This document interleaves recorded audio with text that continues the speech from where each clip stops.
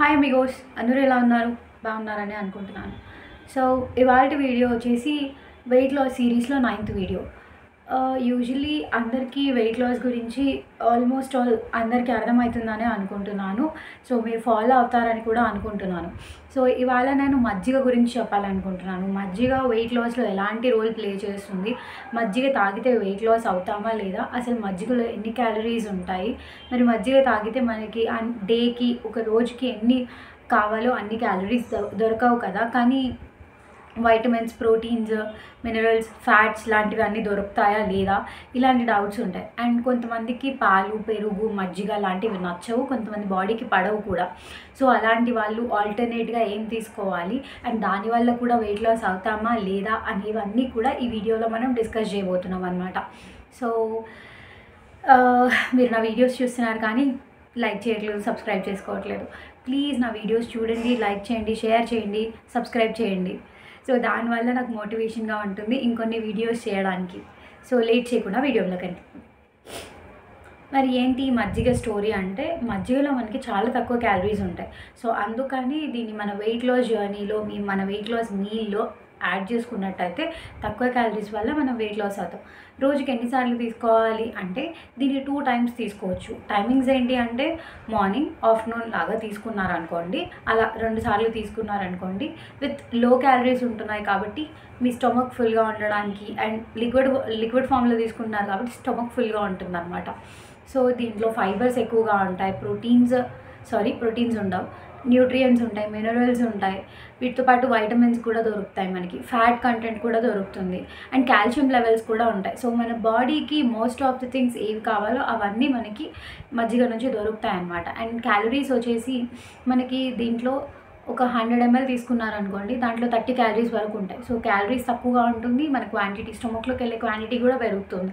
ఒకవేళ మీరు దీన్ని రీప్లేస్ చేసి వాటర్ ప్లేస్లో మజ్జిగ తాగితే ఇంకా బెస్ట్ రిజల్ట్స్ దొరుకుతాయి మీకు.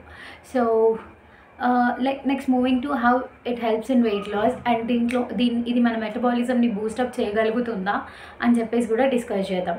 సో డీటెయిల్గా ఈ వీడియోలోకి ఎంటర్ అవుదాం. అండ్ ఇంకొకటి ఏంటి అంటే మీరు వెన్నె తీయని ఉంటుంది కదా, నెయ్యి తీయకుండా ఉన్న పాలు ఉంటాయి కదా, దాని నుంచి మీరు మజ్జిగ తయారు చేసినట్టయితే, పెరుగు నుంచి మజ్జిగ తయారు చేసినట్టయితే దాంట్లో కొన్ని క్యాలరీస్ ఎక్కువగానే ఉంటాయన్నమాట. మీరు ఒకవేళ నెయ్యిని తీసేసి నెయ్యి తీసేసిన మిల్క్ నుంచి మజ్జిగ తయారు చేశారనుకోండి, అప్పుడు క్యాలరీస్ తక్కువగా ఉంటాయి. And moving to metabolism boost up, ఇది మెటబాలిజంని ఎలా బూస్టప్ చేస్తుంది అంటే దీంట్లో మనకి వైటమిన్ B12, నియాసిన్, దీంతో పాటుగా రిబోఫ్లోవిన్ ఇవన్నీ ఎక్కువగా ఉంటాయన్నమాట. ఇవి ఏం చేస్తాయంటే మన మెటబాలిజంని బూస్టప్ చేస్తాయి. మన మెటబాలిజం ఎప్పుడైతే బూస్టప్ అవుతుందో ఫ్యాట్ బర్నింగ్కి అది హెల్ప్ చేస్తుంది అని చెప్తాను. సో ఫ్యాట్ బర్నింగ్ ఏజెంట్స్ కూడా దీంట్లో ఉన్నాయి, మన మెటబాలిజం ఇంప్రూవ్ చేయడానికి ఇది చాలా హెల్ప్ చేస్తుంది. అండ్ డయాబెటిక్ పేషెంట్స్ కూడా దీన్ని హ్యాపీగా తీసుకోవచ్చు. దీంట్లో క్యాలరీస్ తక్కువ, దీనివల్ల షుగర్స్ కూడా స్పైక్ అవ్వవు, అండ్ మన హెల్త్కి చాలా మంచిది మజ్జిగ కూడా. అండ్ డిహైడ్రేషన్ ఇష్యూస్ తగ్గుతాయి. మజ్జిగలో మనకి వాటర్ కంటెంట్ ఎక్కువగా ఉంటుంది.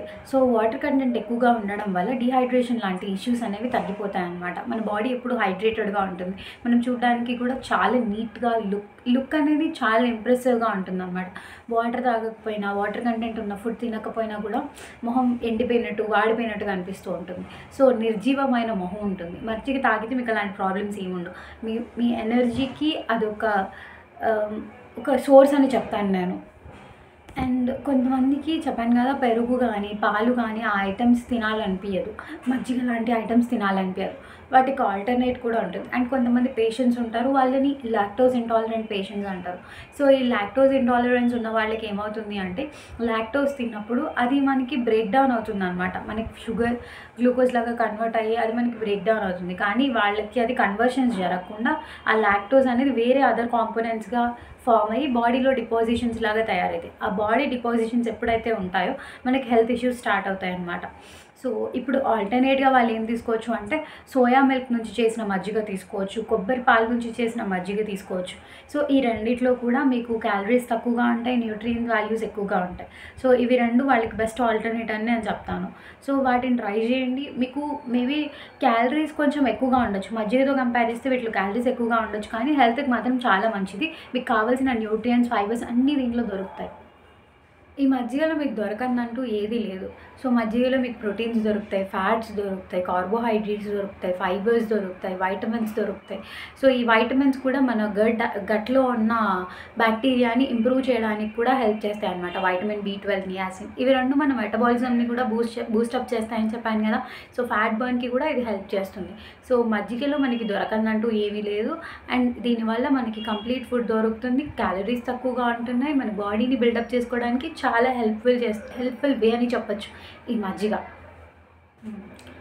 మన గట్ లైనింగ్‌లో మనకి గుడ్ బ్యాక్టీరియా దొరుకుతాయన్నమాట. ఆ గుడ్ బ్యాక్టీరియా ఏం చేస్తది అంటే గట్ లైనింగ్‌ని ప్రొటెక్ట్ చేస్తూ, వైటమిన్స్‌ని ప్రొడ్యూస్ చేస్తూ మనల్ని కాపాడుతూ ఉంటాయన్నమాట. సో, వీటితో పాటుగా మనం మజ్జిగను తీసుకున్నట్లయితే ఈ బ్యాక్టీరియాని పెంచడంతో పాటు అది మన బాడీలో గుడ్ ఫ్యాట్ అనేది ఉండేలా చేస్తుంది. గుడ్ ఫ్యాట్ స్టోర్ అయ్యేలా చేస్తుందన్నమాట. సో, గుడ్ ఫ్యాట్ అనేది మన హార్ట్‌కి చాలా మంచిది. నెక్స్ట్ వచ్చేసి మెటబాలిజం ఇంప్రూవ్‌మెంట్ కామన్ అది. సో, నియాసిన్ కానీ, వైటమిన్ బి12 కానీ మన మెటబాలిజంని ఇంప్రూవ్ చేస్తాయి. ఫ్యాట్ బర్న్ అయ్యేలా చేస్తాయి. ఆ ఫ్యాట్‌ని మళ్ళీ మన బాడీ యూటిలైజ్ చేసుకునేలాగా చేస్తాయన్నమాట. సో, మజ్జిగ తినడం వల్ల మన స్టొమక్ అనేది తాగడం వల్ల కానీ, రైస్‌లో తినడం వల్ల కానీ మన స్టొమక్ అనేది ఫుల్‌గా ఉంటుంది. మనకి ఆకలి ఎక్కువగా అనిపించదు. సో, 2 టైమ్స్ తాగడానికి ట్రై చేయండి. మార్నింగ్ అండ్ ఆఫ్టర్‌నూన్ ఒక 100 ml వరకు తీసుకోండి. అండ్ ఆల్టర్‌నేట్స్ ఏంటి అంటే ఒకవేళ మీరు లాక్టోస్ ఇంటాలరెంట్ కానీ, లేదంటే పెరుగు నచ్చదు, మజ్జిగ నచ్చదు, పాలు నచ్చదు అనుకున్న వాళ్ళు కోకోనట్ మిల్క్ కానీ, సోయాబీన్ మిల్క్ నుంచి వచ్చిన మజ్జిగల్ని ట్రై చేయండి. చాలా బెస్ట్ సొల్యూషన్ అవి. అండ్ ఈ వీడియో ఇంతే ఫ్రెండ్స్. నా వీడియో మీకు నచ్చినట్టయితే please do like, share and subscribe my channel. Thanks for watching. Thank you.